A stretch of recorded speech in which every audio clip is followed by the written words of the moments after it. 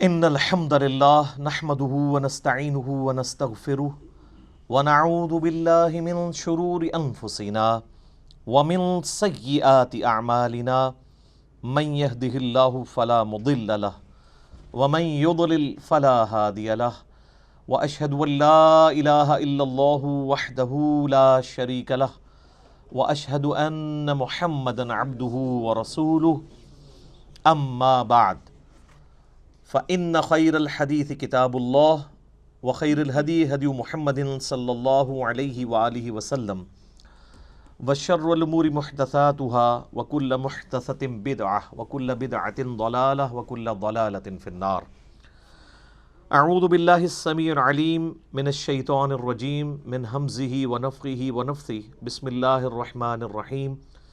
رب اشرح لي صدري ويسر لي امري واحلل عقدة من لساني يفقهوا قولي. بسم الله الرحمن الرحيم. ان الله وملائكته يصلون على النبي يا ايها الذين آمنوا صلوا عليه وسلموا تسليما. اللهم صل على محمد وعلى آل محمد كما صليت على ابراهيم وعلى آل ابراهيم انك حميد مجيد. اللهم بارك على محمد وعلى آل محمد كما باركت على إبراهيم وعلى آل إبراهيم إنك حميد مجيد.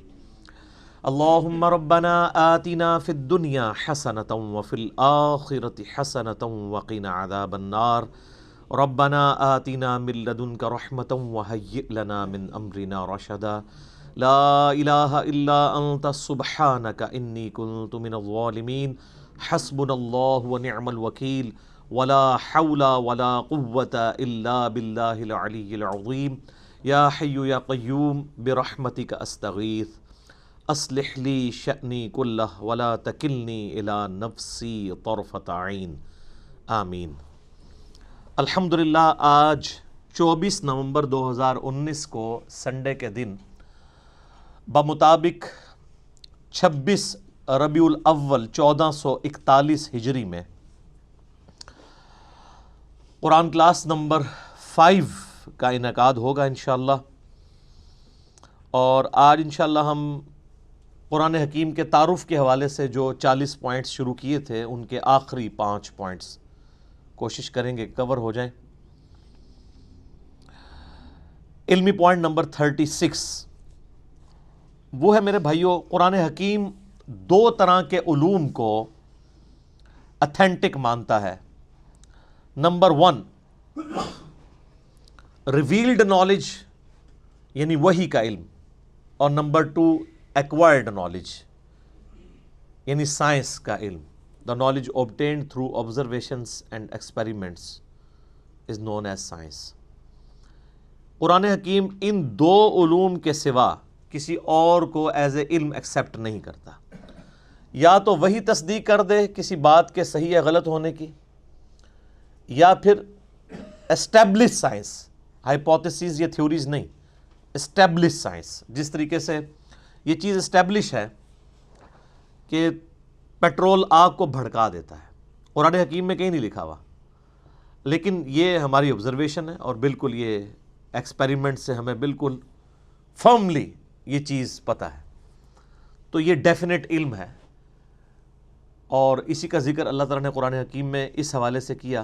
سورہ بنی اسرائیل میں جو 10 کمانڈمنٹس آئی ہیں ان میں سے 9th کمانڈ ہے وَلَا تَقْفُ مَا لَيْسَ لَكَ بِهِ عِلْمٌ إِنَّ السَّمْعَ وَالْبَصَرَ وَالْفُؤَادَ كُلُّ أُولَٰئِكَ كَانَ عَنْهُ مَسْئُولًا. اے انسان کسی چیز کی پیروی اس وقت تک مت کر جب تک کہ تیرے پاس اس حوالے سے کوئی ڈیفینیٹ علم نہ آ جائے. بے شک کان، آنکھیں اور عقل اس کے بارے میں تم سے پوچھا جائے گا کہ تم نے ان 3 انسٹرومنٹس کو استعمال کر کے حق بات تک پہنچنے کی کوشش کیوں نہیں کی. تو جو بھی علم کان، آنکھ یا عقل سے حاصل ہوتا ہے وہ ایکوائرڈ نالج ہے. اور یہ جو فزیکل فنامنا آف نیچر ہیں یہ اتنا محکم علم ہے کہ حضرت ابراہیم علیہ السلام نے نمرود کے مقابلے پر جس دلیل سے اسے خاموش کروایا وہ یہی دلیل تھی کہ میرا رب وہ ہے جو مشرق سے سورج نکالتا ہے، اگر تو رب ہے تو مغرب سے نکال کے بتا. یہ ایک فزیکل فنامنا آف نیچر، ایک ڈیفینیٹ قانون قدرت کو انہوں نے بنیاد بنایا تھا خدا کے ایک ہونے کی، اللہ کے ایک ہونے کی۔ تو یہ محکم علم ہے۔ ان دو علوم کے سوا کوئی بھی علم ہوگا، یعنی کوئی بھی انفارمیشن ہمیں ملے گی جو ان دو علوم کے اندر فال نہیں کرتی ہوگی، وہ ایکسیپٹیبل نہیں ہوگی۔ مثلا اگر کوئی شخص کہے کہ زلزلہ اس لیے آتا ہے کہ ایک گائے ہے، اس نے ایک سینگ کے اوپر زمین کو اٹھا رکھا ہے، جب وہ تھک جاتی ہے تو دوسرے سینگ پہ اٹھا لیتی ہے، اس کی وجہ سے زلزلہ آتا ہے، تو یہ اس کی تصدیق نہ قرآن کرتا ہے، نہ ایکوائرڈ نالج یعنی سائنس کا علم کرتا ہے، نہ ریویلڈ نالج نہ ایکوائرڈ نالج، بلکہ سائنس ہمیں بتاتی ہے کہ ٹیکٹونک پلیٹس کی ڈسٹربنس کی وجہ سے یہ زلزلے آتے ہیں۔ بہرحال وہ پلیٹس ڈسٹرب کون کرتا ہے، تو اس پہ تو سائنس اس طرح کی تمام ایشوز پہ کہتی ہے it is physical phenomena of nature, یہ قانون قدرت ہے، ایسا ہی ہوا کرتا ہے۔ ایسا ہی کیوں ہوا کرتا ہے، اسی میں قیامت مضمر ہے۔ God is the only explanation of all the physical phenomena in this universe۔ اس کائنات میں ہونے والے ہر فزیکل فینومینا کی ایکسپلینیشن خدا ہے، اللہ کی ذات ہے، کہ اس نے یہ محکم قوانین بنائے ہوئے ہیں اور ان قوانین کے تحت یہ چیزیں چل رہی ہیں۔ ان قوانین نے ان چیزوں کو پیدا نہیں کیا۔ سورج مشرق سے نکلتا ہے، یہ قانون ہے، اس قانون نے سورج کو پیدا نہیں کیا۔ ہم جتنی بھی انفارمیشن حاصل کرتے ہیں وہ قوانین کی حاصل کرتے ہیں۔ انڈے میں سے چوزا نکلتا ہے تو یہ ایک علم ہے، اس علم کی وجہ سے انڈا اور چوزا نہیں بنے ہوئے۔ جتنی بھی چیزوں کو آپ ڈیپ ڈگ کریں گے تو الٹیمیٹلی آخر میں جا کے یہی کہنا پڑتا ہے it is physical phenomena of nature, یہ قانون قدرت ہے، ایسا ہی ہوا کرتا ہے۔ کیوں ہوا کرتا ہے ایسا ہی، اس کے پیچھے اللہ ہے۔ ان دو علوم کے سوا کوئی بھی علم ہوگا اس کو قرآن حکیم ایکسیپٹ نہیں کرے گا، اسلام اسے علم کے طور پر نہیں مانتا۔ اسی طریقے سے آپ کو پتہ ہے ہمارے تو سب کانٹیننٹ کے معاشرے میں چیز مشہور ہے کہ اگر گھر کی منڈیر پہ کوا بیٹھا ہو تو مہمان آتے ہیں، کسی کی جوتی پہ جوتی چڑھ دے تو کہتے ہیں اس کے لیے سفر لکھا ہوا ہے۔ اس قسم کے کتنے توہمات ہیں جو ہمارے معاشرے میں عام ہیں۔ ان چیزوں کی تصدیق نہ سائنس کرتی ہے اور نہ ہی قرآن یا سنت وحی کا علم کرتا ہے۔ اور آپ یہ دیکھ لیں کہ جو لوگ ایکوائرڈ نالج کو بھی مانے ہوئے ہیں نا، وہ بھی کافی حد تک توہمات سے بچے ہوئے ہیں۔ اگر آپ کسی گورے سے کہیں نا کہ کالی بلی راستہ کاٹ دے تو اس کا مطلب ہے تمہارے لیے نحوست ہے۔ سر آپ ٹنڈولکر کے آگے 100 کالی بلیاں پھیر دیں پھر بھی آپ کو سینچری مار کے جائے گا۔ یہ ساری نحوستیں آپ کے اوپر پڑتی ہیں۔ اپنی باقی کمزوریوں کو ان چیزوں کے ساتھ جوڑنا یا اللہ کی طرف سے ملنے والی کسی کامیابی کو کسی اور چیز کے ساتھ جوڑ دینا، یہ توہم پرستی ہے۔ اللہ کے ساتھ چیزوں کو جوڑنا چاہیے۔ محنت آپ ضرور کریں گے لیکن الٹیمیٹلی اللہ کے اوپر بات کو چھوڑنا ہے کہ فیصلہ تو اس نے کرنا ہے۔ کئی بار سارے حالات اور واقعات آپ کی فیور میں ہوتے ہیں لیکن اللہ کا ڈیسیژن ہی ہوتا ہے کہ ایسا نہیں ہونا چاہیے۔ جو سیدنا علی کا قول ہے کہ میں نے اپنے ارادوں کے ٹوٹنے سے اپنے رب کو پہچانا ہے، کہ ہر چیز فیوریبل ہے لیکن پھر بھی رزلٹ اپوزٹ نکلا ہے، خدا کی مرضی کچھ اور۔ تو توہمات کو ہٹا کر ڈیفینٹ علم کے اوپر قرآن نے جو ہے وہ اسلام کی تعلیمات کی بنیاد رکھی ہے۔ اور یہ جو سائنس کا علم ہے یہ اتنا محکم علم ہے، اس کے بارے میں اللہ تعالیٰ نے قرآن حکیم میں 1000 سے زیادہ آیات ہیں جو سائنٹیفک فینومینا یا فزیکل فینومینا آف نیچر کے ساتھ ڈیل کرتی ہیں۔ اور اس کا کلائمیکس وہ آیت ہے سورہ حامیم السجدہ کے بالکل اینڈ میں، سَنُرِيهِمْ آیَاتِنَا فِي الْآفَاقِ وَفِي أَنفُسِهِمْ حَتَّى يَتَبَيَّنَ لَهُمْ أَنَّهُ الْحَقُّ۔ ان قریب ہم انہیں زمین و آسمان میں اور ان کی اپنی جانوں میں ایسی نشانیاں دکھائیں گے کہ یہ پکار اٹھیں گے، یہ بات مان لیں گے کہ یہ قرآن حق ہے، یہ کلام حق ہے۔ آج جس طریقے سے اللہ تعالیٰ نے سائنس کے ذریعے انسانیت کو کائنات کے چھپے ہوئے راز آشکار کیے ہیں، پہلے لوگوں کو تو ان چیزوں کا آئیڈیا نہیں تھا۔ یعنی اگر نبی علیہ السلام کے مبارک زمانے میں صحابہ کرام کو یہ بتایا گیا کہ تمہارا ایک ایک عمل نوٹ کیا جا رہا ہے، آج تو آپ کو پتہ ہے کہ ٹیرا بائٹس کے اندر USB آ چکی ہوئی ہیں۔ ابھی تو یعنی اس کے اوپر بھی تحقیق ہو رہی ہے کہ انسان کا تھوک جو ہے نا، اگر اس کو بھی سٹوریج کے طور پہ یوز کیا جائے تو انسانی ہسٹری کا بہت بڑا ڈیٹا جو ہے وہ تھوک کے اندر سٹور کیا جا سکتا ہے، چپس کی فارم میں USB کی فارم میں، ہارڈ ڈسک کی فارم میں تو آپ کے سامنے چیزیں آ چکی ہیں. کتنے بڑے لیول کا نالج جو ہے وہ ایک چھوٹی سی USB کے اندر آ جاتا ہے. اب تو بلکہ ہر موبائل کے اندر میموری کارڈ ڈلے ہوئے ہیں. یہ ہم نے فزیکلی چیزیں آبزرو کر لی ہیں، کائنات کے چھپے ہوئے رازوں کو حاصل کر لیا ہے.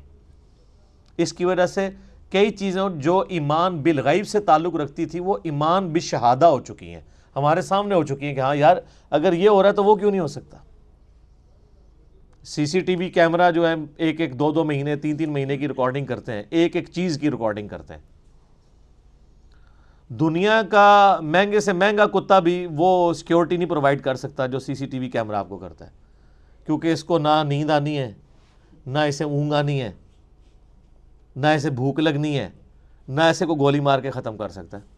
وہ تو ایسے خفیہ جگہ پہ لگے ہوتے ہیں اور ہر چیز آپ ریوائنڈ کر کے ایک چیز دیکھ سکتے ہیں، پکڑی جاتی ہیں چیزیں. تو یہ سب کچھ اللہ تعالیٰ نے انسان کو کان، آنکھیں اور عقل کے ذریعے فزیکل فینومین آف نیچر کو آبزرو کر کے یہ ساری چیزیں ترقی کروائی ہیں. تو اسی کانٹیکسٹ میں یہ بات بھی یاد رکھیے گا کہ قرآن حکیم کے جو پرانے تراجم ہیں ان میں جہاں جہاں ہمارے بزرگوں سے سائنس کی علم کی کمی کی وجہ سے غلطیاں ہو گئی ہیں، وہ غلطیاں آپ قرآن کے کھاتے میں نہیں ڈالیں گے. قرآن کے صرف ٹیکسٹ کی گارنٹی ہے کہ یہ محفوظ ہے. اگر قرآن کا ترجمہ کسی نے ایسا کیا جو اس وقت کے لمیٹڈ سائنس کے نالج کے تحت اتنا ہی کسی کو علم تھا، تو وہ اب قرآن کے کھاتے میں نہیں ڈالا جا سکتا. اس وقت لوگوں نے کتنی باتیں کر دی. مثلا یہ قرآن حکیم میں جو سورہ لقمان میں آیا 5 علوم کا ذکر آیا، تو اس میں ایک اس چیز کا علم ہی تھا کہ کوئی جان نہیں جانتی کہ ماں کے پیٹ میں کیا ہے.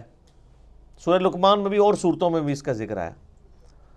تو ترجمہ کرنے والوں نے اس کا ترجمہ کر دیا کہ لڑکا ہے یا لڑکی، خود سے ہی بیچ میں ڈال دیا، جو آج ہمارے لیے مصیبت بنی ہوئی ہے. کیونکہ اب الٹرا ساؤنڈ کے ذریعے کافی زیادہ آپ کو یعنی معلومات حاصل ہو جاتی ہیں. ہمارا تو ابھی اس طریقے سے یہاں پہ اتنا ایڈوانس الٹرا ساؤنڈ نہیں ہے، باہر کے ملکوں میں تو کلرڈ ہے اور ایک چیز وہ بتا دیتے ہیں. وہ ترجمہ کرنے والوں کی غلطی تھی. قرآن حکیم میں سیکس کے پوائنٹ آف ویو سے نہیں لکھا ہوا کہ کوئی نہیں بتا سکتا کہ لڑکا ہے یا لڑکی، بلکہ قرآن میں یہ ہے کہ کوئی نہیں جانتا کہ ماں کے پیٹ میں کیا ہے. اب اس کا تعلق کس چیز کے ساتھ ہے؟ قرآن حکیم میں اللہ تعالیٰ نے سورہ تغابن میں فرمایا هُوَ الَّذِي خَلَقَكُمْ فَمِنْكُمْ كَافِرٌ وَمِنْكُمْ مُؤْمِنٌ. وہی اللہ ہے جو تمہاری تخلیق کرتا ہے، کوئی تم میں سے کافر ہو جاتا ہے، کوئی مومن ہو جاتا ہے. یعنی جب اللہ پیدا کرتا ہے اس وقت تو سب کو ایک جیسا ہی پیدا کرتا ہے. پھر بعد میں حالات و واقعات کے بعد انسان اپنی صلاحیتوں کو یوز کر کے یا تو بات ماننے والا بن جاتا ہے یا انکار کرنے والا. تو مجھے بتائیں دنیا کا کوئی الٹرا ساؤنڈ یہ بتا سکتا ہے کہ یہ جو بچہ پیدا ہوگا یہ بعد میں کافر ہوگا یا مومن؟ نہیں بتا سکتا. تو قرآن کے کہنے کا مقصد یہ تھا. اسی طریقے سے یہ تو ایک رخ تھا. دوسرا رخ وہ سورہ لقمان میں جو بارش کے حوالے سے آیا، اور وہ بھی لوگوں نے اب غلط سمجھ لیا اس حوالے سے کہ وہ کہتے ہیں جی وہ تو سائنٹسٹ تو ہمیں پہلے ہی بتا دیتے ہیں بارش کب ہوگی. سر سائنٹسٹ کبھی بھی نہیں بتا سکتے، جب ہونے والی ہوتی ہے اس وقت بتا سکتے ہیں. آج کوئی سائنٹسٹ یہ بتا سکتا ہے کہ آج ہے 24 نومبر 2019، تو 24 نومبر 2020 کو بارش ہوگی یا نہیں؟ کیوں جی؟ کوئی نہیں بتا سکتا. البتہ یہ ضرور ہے کہ اگر ہواؤں کا سلسلہ، بارش کا سلسلہ شمال سے چل پڑا ہے اور وہ 3 یا 4 دن کے بعد ہمارے ملک میں داخل ہونا ہے، جیسا کہ مونسون کا موسم آتا ہے، تو اس میں تو کوئی پریڈکٹ کر سکتا ہے کہ ہاں جی اس رفتار سے ہوائیں چل رہی ہیں، الٹیمیٹلی پہنچ جائیں گی. تو اس میں تو کوئی علم غیب والی بات ہی نہیں. یہ تو فزیکل نالج ہے. جو فزیکل نالج ہے وہ علم الغیب نہیں ہے. علم غیب کی ڈیفینیشن ہے جو نالج فزیکل نہ ہو. مثلا فرشتے آپ ڈیٹیکٹ نہیں کر سکتے الٹرا ساؤنڈ کے ذریعے، کسی چیز کے ذریعے بھی. البتہ پانی زمین میں کس گہرائی کے اندر ہے اس کو آپ سائنٹیفکلی جج کر سکتے ہیں، اور وہ فزیکل نالج ہوتا ہے. کیوں؟ جو آپ انسٹرومنٹ زمین میں گڑھا کھود کے داخل کرتے ہیں اس سے ویوز نکلتی ہیں، وہ ریباؤنڈ ہو کے واپس آتی ہیں، اس سے آپ کو پتہ چلتا ہے کہ اتنی دور فاصلے کے اوپر پانی موجود ہے. تو یہ فزیکل نالج ہے نا. ہاں اگر کوئی شخص کھڑا کھڑا کسی جگہ یوں ہاتھ رکھے یا ہاتھ رکھے بغیر کہہ دے کہ جی یہاں پہ پانی اتنی گہرائی میں ہے، تو یہ علم الغیب سے تعلق رکھے گا. تو یہ ایسا تو کوئی بھی نہیں کرتا. ویسے تو آپ میدانی علاقوں میں کہیں بھی انگلی رکھ کے کہہ دیں کہ جناب 20 فٹ پہ پانی ہے تو واٹر ٹیبل 20 فٹ پہ ہے نا. اسلام آباد یا کوئٹہ میں کوئی 20 فٹ کے اوپر پانی نکال کے بتائے تو پھر مانیں گے اس کے پاس کوئی کشف یا کوئی علم الغیب والا معاملہ ہے, جہاں پہ پانی جو ہے وہ اس کا واٹر ٹیبل نیچے ہی جاتا جا رہا ہے. تو یہ سارے فزیکل نالج ہے. فزیکل نالج جو ہے نا وہ علم الغیب نہیں ہوتا, کیونکہ وہ انسٹرومنٹس کے ذریعے حاصل ہوتا ہے, اور انسٹرومنٹ بھی فزیکل فینومینا آف نیچر کے اوپر کام کرتی ہیں. وہ صلاحیتیں بڑی ہوتی ہیں, بلکہ کئی جانوروں میں ایسی صلاحیتیں ہیں جو انسانوں میں موجود نہیں ہیں, ہے وہ فزیکل ہے. ہاتھی 40 کلومیٹر دور تک کمیونیکیشن کرتا ہے پاؤں مار کے زمین پہ, جو ویوز پروڈیوس کرتا ہے. 40 کلومیٹر دور اس جھنڈ سے الگ ہونے والے ہاتھی موجود ہونا تو ویوز کے ذریعے جان لیتے ہیں. یہ عقاب 2-3 میل اوپر سے اپنے شکار کو لوکیٹ کر لیتا ہے, اتنی تیز اس کی آنکھیں. کتے کی سونگھنے کی صلاحیت انسان سے بہت زیادہ ہے. وہ ایسی چیزیں بھی سونگھ سکتا ہے جو انسان نہیں سونگھ سکتا. اس لیے آپ کو پتا ہے نا, یہ جب ہیروئن کی اسمگلنگ کے لیے یا اس طرح کی وہ معاملات کو پکڑنے کے لیے ایئرپورٹس وغیرہ کے اوپر کتے, ٹرینڈ کتے, ایک وہ ٹرینڈ کتے ہیں جو چوری پکڑنے والے ہیں, وہ 2 نمبر ٹرینڈ کتے ہیں, وہ لوگوں میں لڑائیاں کروانے کے لیے. جو اوریجنل ٹرینڈ کتے ہیں نا وہ واقعی چیزوں کو پکڑ لیتے ہیں, کئی مشینیں نہیں پکڑ سکتی جو وہ پکڑ لیتے ہیں. تو یہ فزیکل نالج سے تعلق رکھتی ہیں, یہ علم الغیب سے چیزیں تعلق نہیں رکھتی.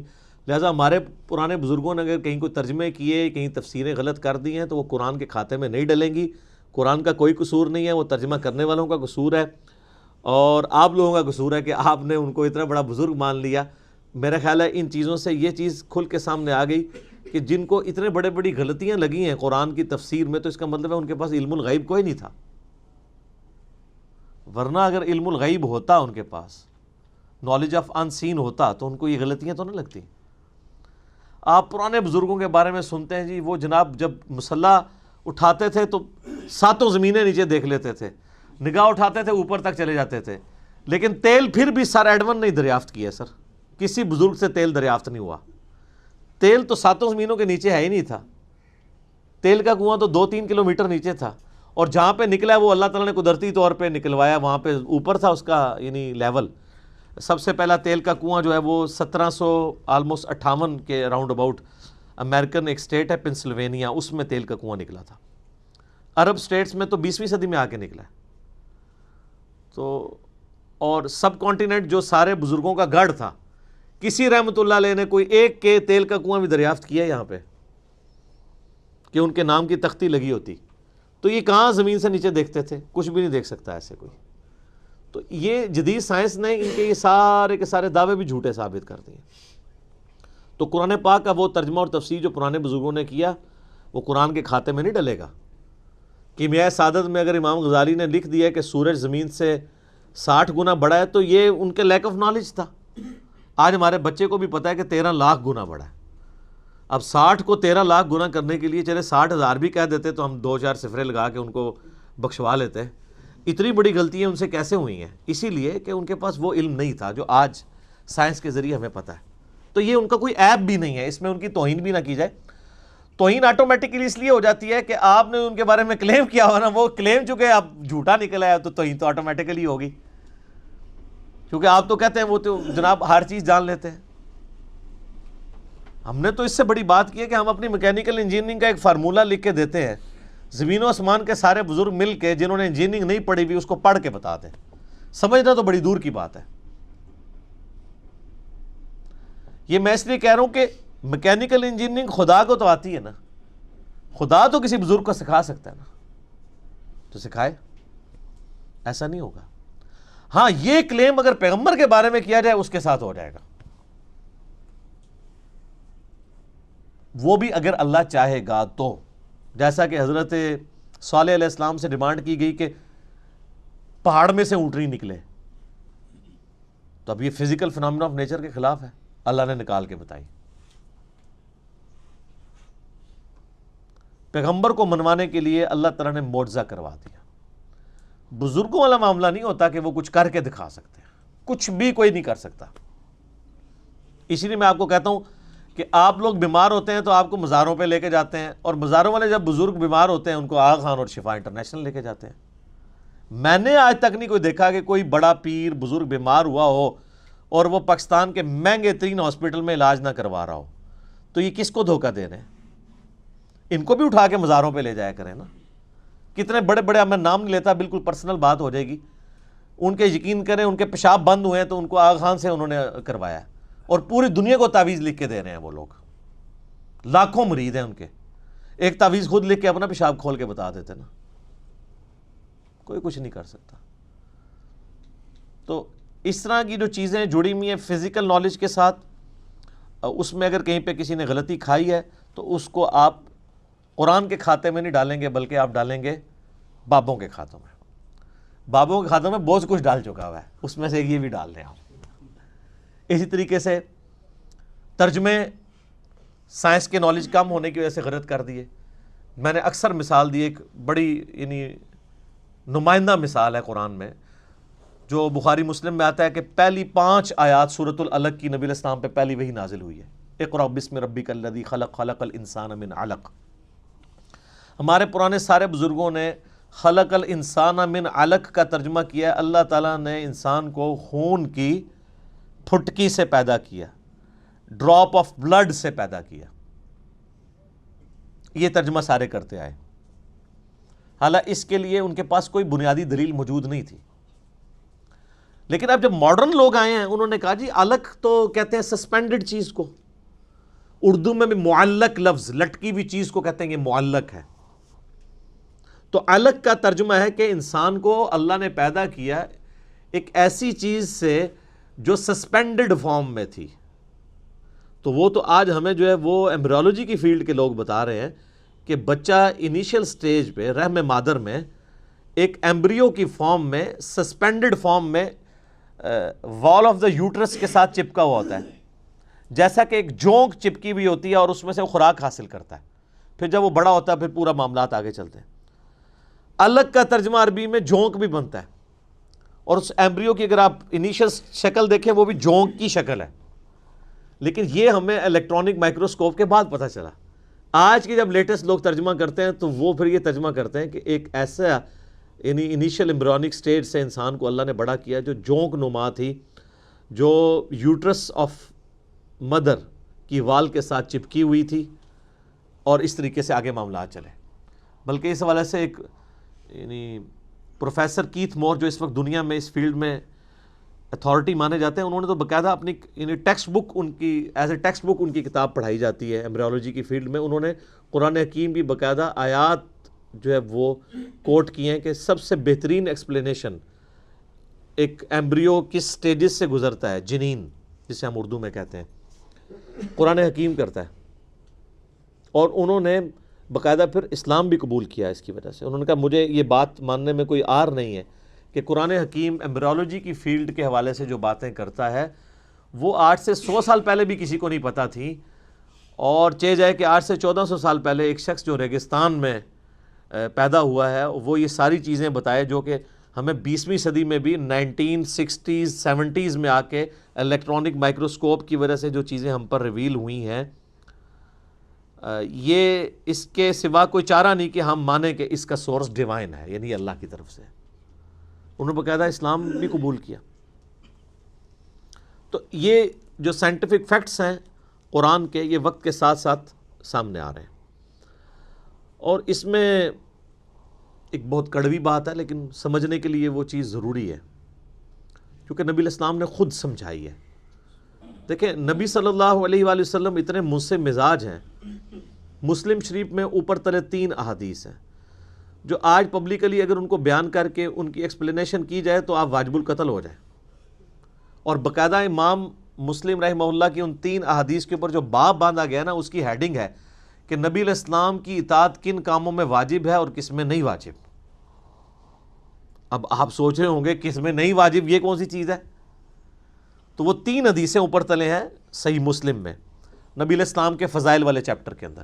اچھا، چیپٹر نبی علیہ السلام کے فضائل کا ہے اور حدیثیں یہ ہیں، اور یہ صرف مسلم میں نہیں، ابو داؤد میں بھی ہے، بڑی مشہور حدیث ہے، تعبیر نحل والی۔ نبی علیہ السلام کچھ اصحاب کے پاس سے گزرے تو وہ گرافٹنگ کر رہے تھے، پیوند کاری کر رہے تھے کھجور کی فصل کو بڑھانے کے لیے۔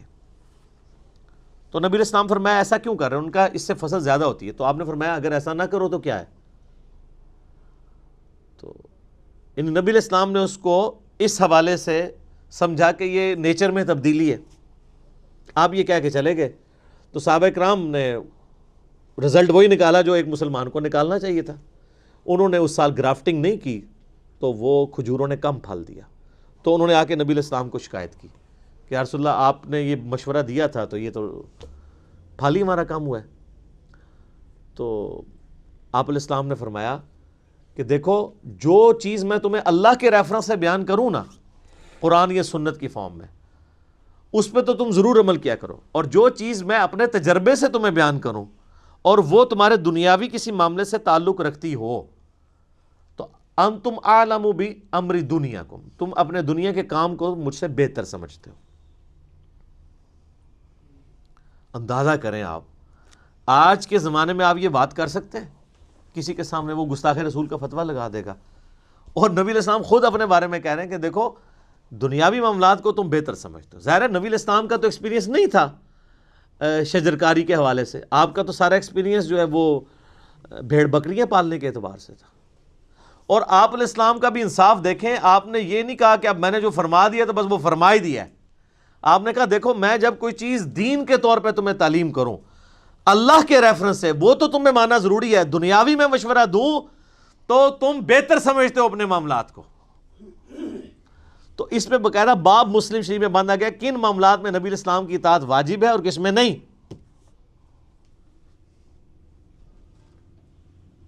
یار یہ محمد رسول اللہ کا ہی حوصلہ ہے صلی اللہ علیہ وآلہ وسلم، جو اس لیول پہ اتر کے بات کر رہے ہیں۔ یا تو یعنی ان پڑھ جاہل لوگ جن کو نماز بھی نہیں آتی ہے، دین کے حوالے سے ان کے مشورے لوگ ماننے کے لیے تیار ہو جاتے ہیں، اور دنیا کے حوالے سے کتنے پیر ہیں ان کے کہنے کے اوپر لوگوں نے بچے اپنے ذبح کر دیے۔ یہ لوگوں کا علمی لیول ہے۔ تو نبی صلی اللہ علیہ وآلہ وسلم نے انصاف کیا اور فرمایا کہ دنیاوی معاملات کو تم بہتر سمجھتے ہو۔ آج اگر کوئی ہمیں آگے کہتا ہے نا جی نبی علیہ السلام نے آپ کو ایٹم بم کا طریقہ کیوں نہیں بتایا؟ بھائی اس لیے نہیں بتایا کہ اللہ نے ان کو نہیں بتایا۔ اچھا تو وہ پیغمبر کس طرح ہوئے؟ پیغمبر اس طرح ہوئے کہ وہ ہمارے ہدایت کے امام ہیں، وہ ہمارے سائنس کے ٹیچر نہیں ہیں، نہ ان کی یہ فیلڈ تھی۔ اگر اللہ تعالیٰ نے آج کے دور میں کوئی پیغمبر مبعوث کرنا ہوتا تو اس کو وہ سائنٹیفک نالج ہوتا جو آج کسی سائنٹسٹ کو نہ ہوتا۔ اس زمانے میں جتنا نالج ریکوائرڈ تھا، جو ضرورت کے تحت تھا، اللہ تعالیٰ نے دے دیا۔ اب علم غیب شہادتیں رکھو نا اپنے کول۔ اگر علم غیب کے ساتھ ان چیزوں کو جوڑا جائے تو نبی علیہ السلام خود سے اگر غیب کا علم جان لیتے ہوتے تو آپ کسی کی فصل تباہ ہونے کا مشورہ اس کو دے رہے ہوتے؟ یا فصل کم ہونے کا مشورہ دے رہے ہوتے؟ نہیں۔ اچھا اس زمانے میں علم غیب ہوتا ہی نہیں تھا، کسی صحابی نے نہیں کہا یا رسول اللہ صلی اللہ علیہ وسلم آپ کو تو علم غیب ہے، تو آپ سے یہ غلطی کیسے ہو گئی کہ آپ نے ہمیں تعبیر نحل والا مسئلہ دیا؟ اب آپ لاکھ اس کی کوئی تعویلات کرتے پھر کچھ بھی نہیں ہوتی ہے۔ اسی لیے میں کہتا ہوں کتابوں کا دین اور ہے اور بابوں کا دین اور۔ بابے اتنا کچھ بتا کے گئے غلط کہ وہ آج صبح میں ڈاکٹر سرار صاحب کا ایک لیکچر سن رہا تھا اصحاب کہف کے بارے میں، تو میرے دماغ میں ایک چیز آئی جو پہلے کبھی نہیں آئی تھی۔ اصحاب کہف کو 300 سال تک اللہ تعالیٰ نے سلایا نا جی۔ اصحاب کہف سے بڑا کوئی ولی ہے جن کو قرآن میں اللہ نے ولی ڈکلیئر کیا ہے، جن کے لیے اتنا بڑا معجزہ اور کرامت کی ہے؟ تو وہ جب اصحاب کہف اٹھتے ہیں سو کے تو آپس میں گفتگو کرتے ہیں ہم کتنی دیر سوئے؟ تو کہتا ہے ایک دن یا دن کا کچھ حصہ۔ تو ان کو تو یہ پتہ ہی نہیں تھا 300 سال سوئے ہیں، تو ان کو علم غیب کیوں نہیں تھا؟ اس سے بھی بڑھ کے حضرت عزیر علیہ السلام کو قرآن میں آتا ہے اللہ نے 100 سال کے لیے سلا دیا۔ تو ان سے پوچھا اٹھانے کے بعد ہاں بتاؤ کتنی دیر سوئے؟ انہوں نے کہا ایک دن یا دن کا کچھ حصہ۔ اللہ نے فرمایا 100 سال سویا رہا ہے۔ اگر وقت کا پیغمبر 100 سال سونے کے بعد اٹھے اور اسے یہ لگے میں ایک دن سویا ہوں اور اللہ کے بتانے پہ پتہ چلے، تو آپ کے بابوں کا علم غیب، کشف، الہام، یہ ساری کہانیاں کتنے گئی ہیں؟ اور یہ تو بالکل سیدھی سیدھی باتیں ہیں. اور ویسے آپ کو صحیح مشورہ دیتے ہیں قرآن ڈائریکٹ نہیں پڑھنا چاہیے، بندہ گمراہ ہو جاتا ہے. ہاں ظاہر ہے قرآن جب پڑھے گا تو جو چیز آپ نے دین کے طور پہ لوگوں کو بتائی ہوئی ہے وہ گمراہی ثابت ہو جائے گی، اور جو چیز واقعی دین ہے اس کو آپ گمراہی سمجھتے ہیں تو خود بخود تطہیر ہو جائے گی. اچھا یہ سارے واقعات آپ کو پتہ ہیں لیکن کبھی اس کی انجینئرنگ نہیں ہوئی تھی. یہ تو ریورس انجینئرنگ جب ہوئی ہے نا تو آپ پتہ چلا کہ ہاں یار اس کو اس اینگل سے بھی دیکھنے کی ضرورت ہے کہ قرآن حدیث میں تو کہیں علم غیب والا یہ معاملہ ہی نہیں. قرآن و حدیث میں علم غیب صرف یہی ہے کہ اللہ تعالیٰ جسے چاہے پیغمبروں میں سے چنتا ہے. سورہ آل عمران آیت نمبر 179 کہ اس کو غیب کی خبر دے دیتا ہے. باقی علم الغیب پہ میرا مسئلہ نمبر 6 اور A اور 6B دیکھ لیں تو آپ کو معاملات کھل جائیں گے. علمی پوائنٹ نمبر 37 وہ ہے میرے بھائیو، چونکہ قرآن حکیم عربی زبان میں نازل ہوا ہے لہٰذا عربی زبان سے جب اسے ٹرانسلیٹ کیا جائے گا نا کسی اور زبان کے اندر تو الفاظ کے چناؤ میں فرق آئے گا. یہ آپ نے ذہن میں رکھنا ہے. البتہ مفہوم میں فرق نہیں آئے گا. اور یہ صرف عربی کا معاملہ نہیں ہے، دنیا کی کسی بھی زبان کو دوسری زبان میں ٹرانسلیٹ جب کیا جاتا ہے تو ایک جیسے الفاظ کے ساتھ نہیں ہو سکتا. مثلاً اگر میرے سامنے 10 انگلش کے پروفیسر بیٹھے ہوں جنہوں نے M.Phil کیا ہوا ہو اور وہ اردو سپیکنگ ہوں بائی برتھ، کاپٹک ہوں یعنی وہ بائی برتھ اردو لینگویج جاننے والے ہوں، ان کی مادری زبان ہو، اور 10 کے 10 لوگوں کو میں انگلش کا ایک مضمون دوں اور میں کہوں کہ اسے اردو میں ٹرانسلیٹ کرو، تو کیا 10 کے 10 لوگ منوان ایک ایک لفظ سیم ترجمہ کریں گے؟ نہیں، الفاظ کے چناؤ میں فرق آئے گا چونکہ انگلش ٹرانسلیٹ ہو رہی ہے اردو. ایون انگلش کو انگلش میں بھی ٹرانسلیٹ کریں تو الفاظ کے چناؤ میں فرق پڑ جائے گا کیونکہ ایک لفظ کے ایکویلنٹ کئی الفاظ ہوتے ہیں، وہ اپنی انٹینسٹی کے پوائنٹ آف ویو سے یوز ہوتے ہیں. کوئی شخص اس لفظ کی انٹینسٹی کو کچھ اور سمجھ کے اس کے لیے کوئی اور ترجمہ کر دے گا. ترجمے میں الفاظ کے چناؤ میں فرق ضرور آئے گا لیکن مفہوم میں کبھی فرق نہیں آئے گا. یہ میں بات اس لیے کر رہا ہوں کہ مولویوں نے سب سے بڑا دھوکہ یہ دیا ہے وہ جی ترجمے لوگوں نے چینج کر دیے، جی کدھر ترجمہ پڑھیے جی، اور سر جس کا مرضی پڑھیں کوئی فرق نہیں پڑتا، بلکہ سب سے بہتر ہے گوگل حافظہ اللہ کا پڑھیں. ہاں آپ دنیا کی کوئی لینگویج ڈالیں اس میں ایک کمانڈ کے اوپر ود ان 1 سیکنڈ دوسری طرف انگلش میں اس کا ترجمہ آ جاتا ہے. چاہے وہ آپ عربی کی کوئی حدیث ڈال دیں، آن لائن فری ہے، کوئی پیسے نہیں.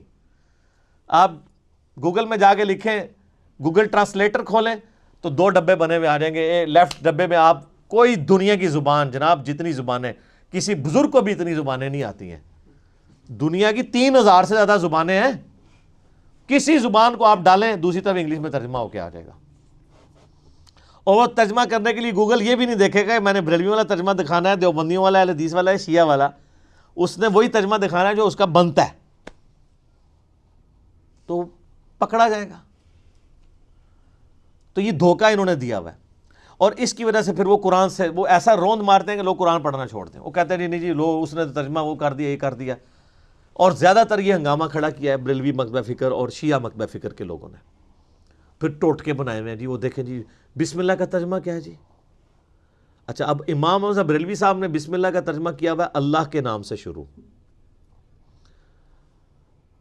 اب اشری تھانوی صاحب نے ترجمہ کیا ہوا ہے شروع کرتا ہوں اللہ کے نام سے. وہ کہتے ہیں ترجمہ غلط ہے کیونکہ اشری تھانوی صاحب شروع سے شروع کر رہے ہیں اور اعلیٰ حضرت نے اللہ سے شروع کیا ہے. حالانکہ آپ کا ہنسنا ہی بتا رہا ہے کہ اینڈ رزلٹ تو ایک ہے، شروع کرتا ہوں اللہ کے نام سے یا اللہ کے نام سے شروع. شیطان کے نام سے تو کسی نے نہیں شروع کیا. مفہوم دونوں باتوں کا سیم ہے کہ نہیں؟ وہ کہتے ہیں نہیں جی بہتر ترجمہ یہ ہے. تو میں کہتا ہوں پھر اگر یہ بہتر ترجمہ یہ ہے آپ اردو لنگوسٹک میں تو کہہ سکتے ہیں لیکن عربی کے پوائنٹ آف ویو سے بسم اللہ کا ترجمہ جو آپ نے کیا ہوا ہے نا اس کے لیے بسم اللہ بھی آپ کو چینج کرنی پڑے گی. وہ بسم اللہ بنے گی اللہ الذی باسمہ ابدہ، اللہ ہے وہ جس کے نام سے میں شروع کرتا ہوں. اگر بسم اللہ میں سے آپ نے اللہ کو پہلے نکال کے نکالنا تو اللہ بھی ایسی بسم اللہ بنا سکتا تھا، کوئی مشکل تو کوئی نہیں تھا۔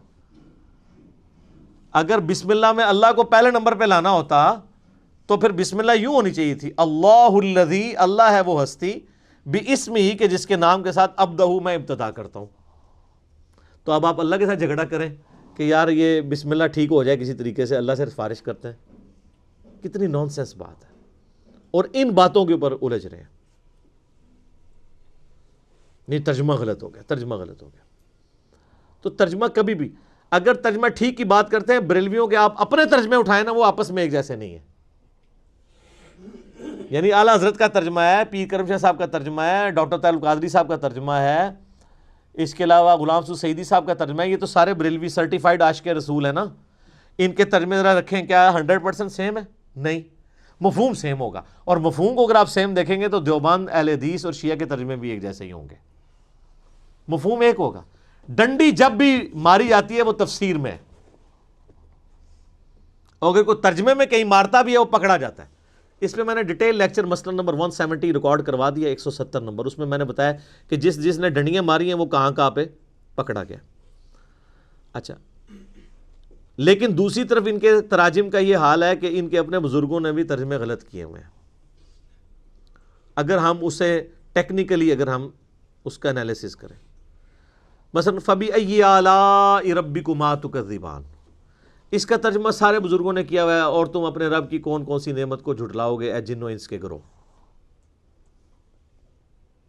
حالانکہ دوزخ کی آیات کے بعد بھی آیت ریپیٹ ہوتی ہے سورہ الرحمن میں، دوزخ کا ذکر آتا ہے، قیامت کا ذکر آتا ہے، جو اللہ کے غضب کی نمائندہ مثالیں ہیں۔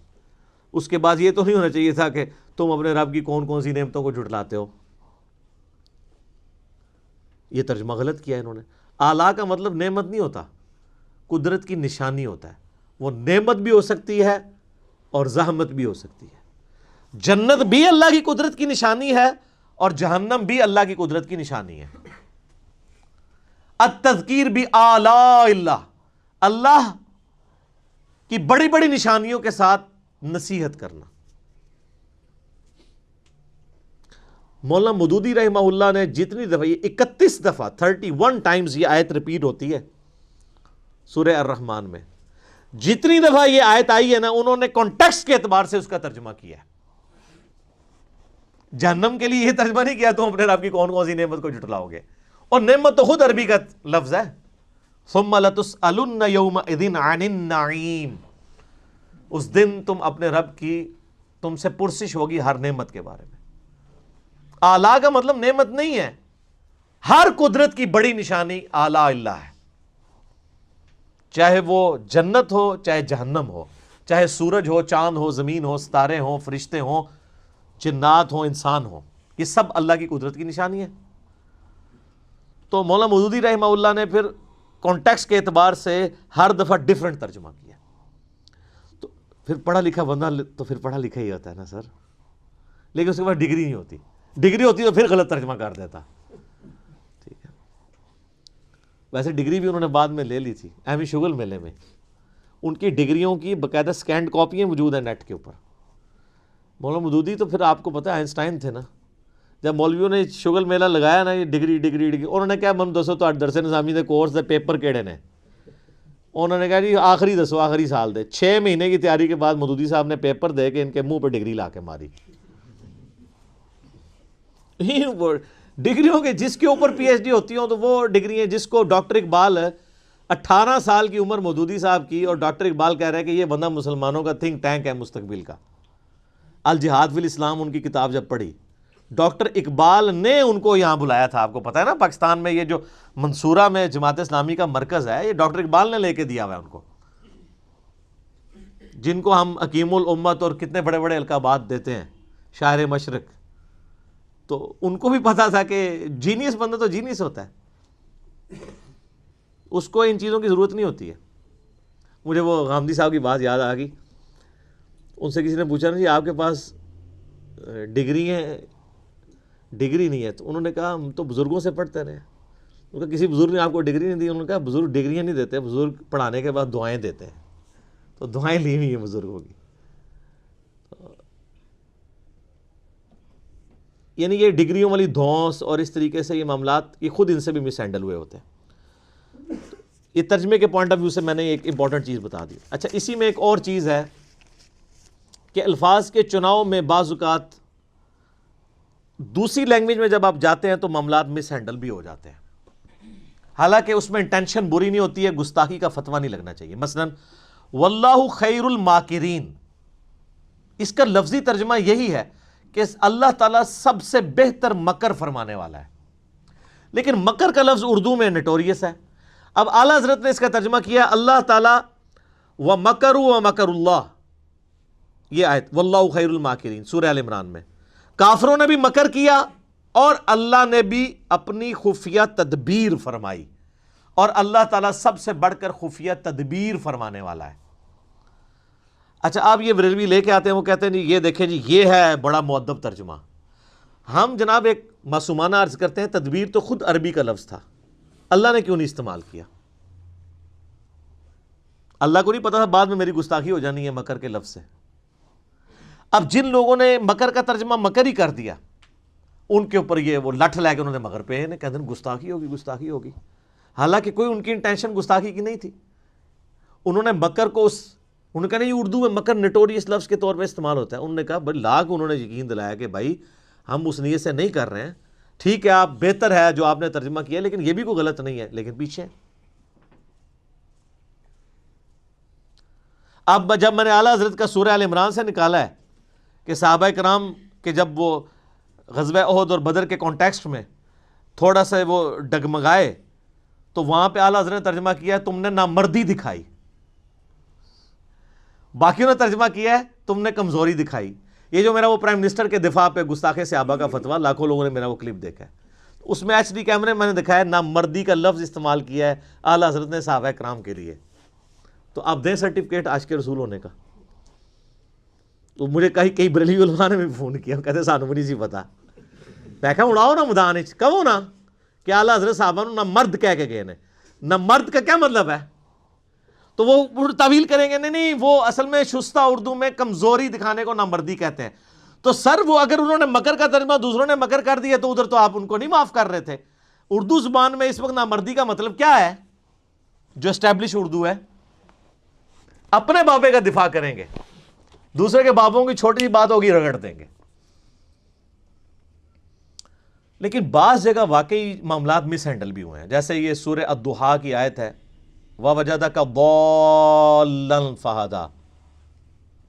اب اس کا کئی لوگوں نے ترجمہ غلط بھی کر دیا. مولانا مودودی نے صحیح کیا ہے ترجمہ، امین حسن اصلاحی صاحب نے بھی صحیح کیا ہے، ڈاکٹر اسرار نے بھی صحیح کیا ہے، لیکن اشری تھانوی صاحب باقی لوگوں سے مس ہینڈل ہوا کہ نبی ہم نے تمہیں گمراہ پایا تو ہدایت دی.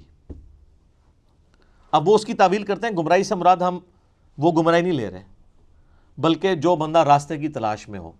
لیکن اب وہ چونکہ الفاظ کا چناؤ ہو گیا غلط، اب یہ پیچھے پڑے ہوئے ہوں. اعلیٰ حضرت نے ترجمہ کیا کیا؟ اے نبی ہم نے تمہیں اپنی محبت میں خود رفتہ پایا تو منزل مقصود تک پہنچا دیا. اب یہی بات وہ بھی کہنا چاہ رہے تھے، یہاں پہ انہوں نے الفاظ کا چناؤ ایسا کیا کہ یہ اس ایک ترجمے کو لے کے وہ پھر لکیر پیٹتے رہتے ہیں، کہتے ہیں دیکھیں نہیں جو نبی کو گمراہ مان رہا ہے آپ نے اس کا ترجمہ پڑھنا ہے. تو اب اس طرح کی مس ہینڈلنگ واقعی ہوئی ہے کہ یہ جب عربی کو آپ اردو میں ٹرانسلیٹ کرتے ہیں تو آپ نے اس کانٹیکسٹ میں دیکھنا ہے. یہ ضال کا معنی صرف گمراہی نہیں ہوتا. جو شخص کسی کی تلاش میں سرگرداں پھرے نا اسے بھی ضال کہتے ہیں، کسی کی محبت میں ڈوب کے. جیسا کہ حضرت یوسف علیہ السلام کے لیے قرآن میں آیا کہ ان کے والد کے بارے میں ان کے بھائی کہتے ہیں اِنَّ أَبَانَا لَفِي ضَلَالٍ مُبِينٍ، ہمارے ابا تو یوسف کی محبت میں ڈوب چکے ہیں. اب ضال ترجمہ تو وہاں پہ بھی گمراہ ہو سکتا تھا، لیکن ایک بیٹا جو خود مسلمان ہے اس کا باپ پیغمبر ہے، اس نے اپنے باپ کو گمراہ تو نہیں کہنا. اِنَّ أَبَانَا لَفِي ضَلَالٍ مُبِينٍ، ہمارے ابا تو یوسف کی محبت میں ڈوب چکے ہیں. اب یہاں پہ لفظ وہی ضال ہے، غیر المغضوب علیہم ولا الضالین، وہاں پہ گمراہی ترجمہ ہے لیکن یہاں محبت. اسی طریقے سے نبی علیہ السلام کے لیے جب آئے گا نا وَوَجَدَكَ ضَالًّا فَہَدَىٰ، اے نبی ہم نے آپ کو خود رفتہ پایا اپنی محبت میں، آپ کو ہدایت کی منزل مقصود تک پہنچا دیا. کیونکہ ڈیٹم لیول کی ہدایت تو تھی. سورہ یونس میں آیت نمبر 15 اور 16 میں آتا ہے کہ نبی علیہ السلام کی اعلان نبوت سے پہلے کی زندگی کو بھی اللہ تعالیٰ نے نبوت کی دلیل کے طور پہ پیش کیا ہے۔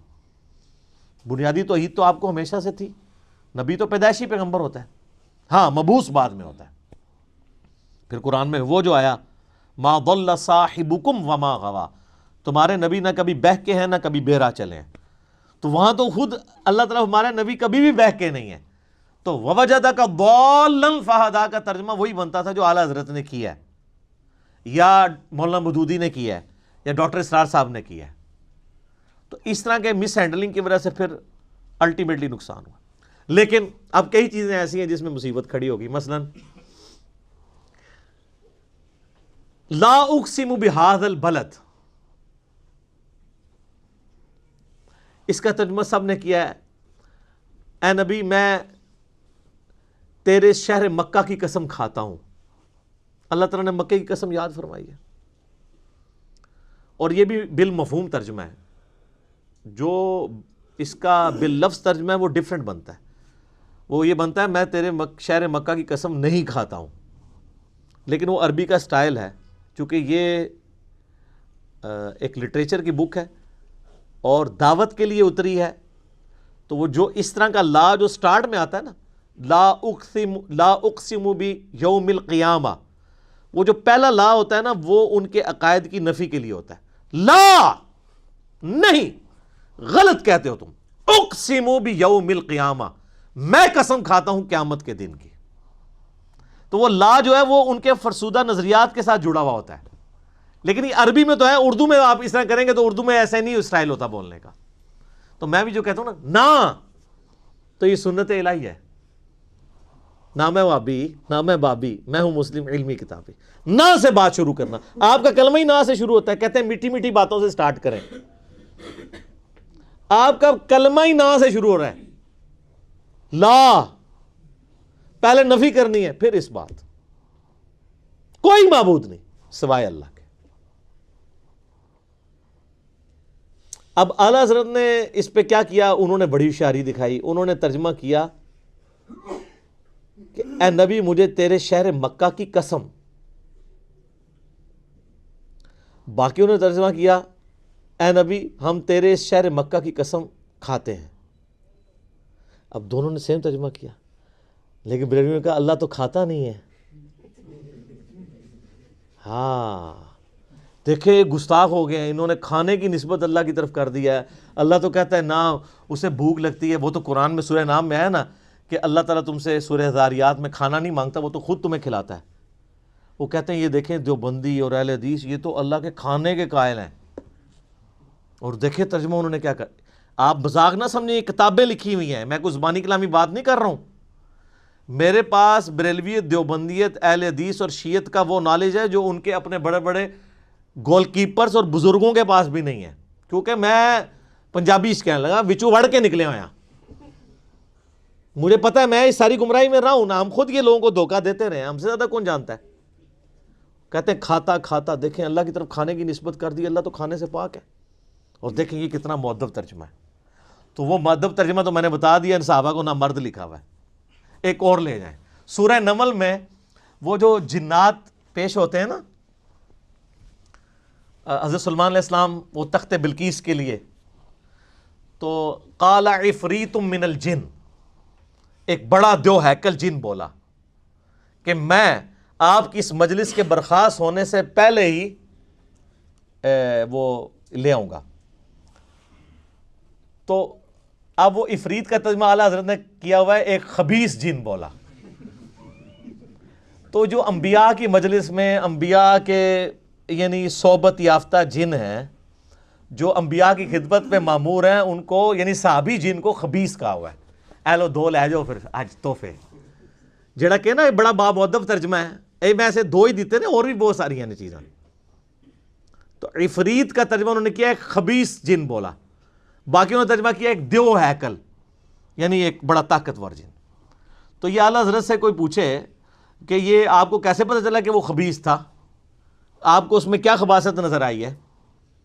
جن سارے تو خبیث نہیں ہوتے ہیں، جن تو قرآن پاک میں آیا کہ نبی سورہ الجن میں کہ تم فرماؤ مجھے وحی کی گئی ہے کہ جنات کا ایک گروہ یہاں سے گزر رہا تھا، انہوں نے قرآن سنا اور وہ ایمان لے آئے، انہوں نے اس کتاب کی تصدیق کی. سورہ احقاف میں پوری ڈیٹیل آتی ہے. پھر وہ اپنی قوم میں چلے گئے کہ حضرت موسیٰ کے بعد اب ایک نئے پیغمبر آئے ہیں جو کہ اسی توحید کی طرف بلا رہے ہیں جو موسیٰ علیہ السلام کے پاس آئی تھی. ایک ہی مجلس میں قرآن سنا، ایمان لائے اور دائی بھی بن گئے.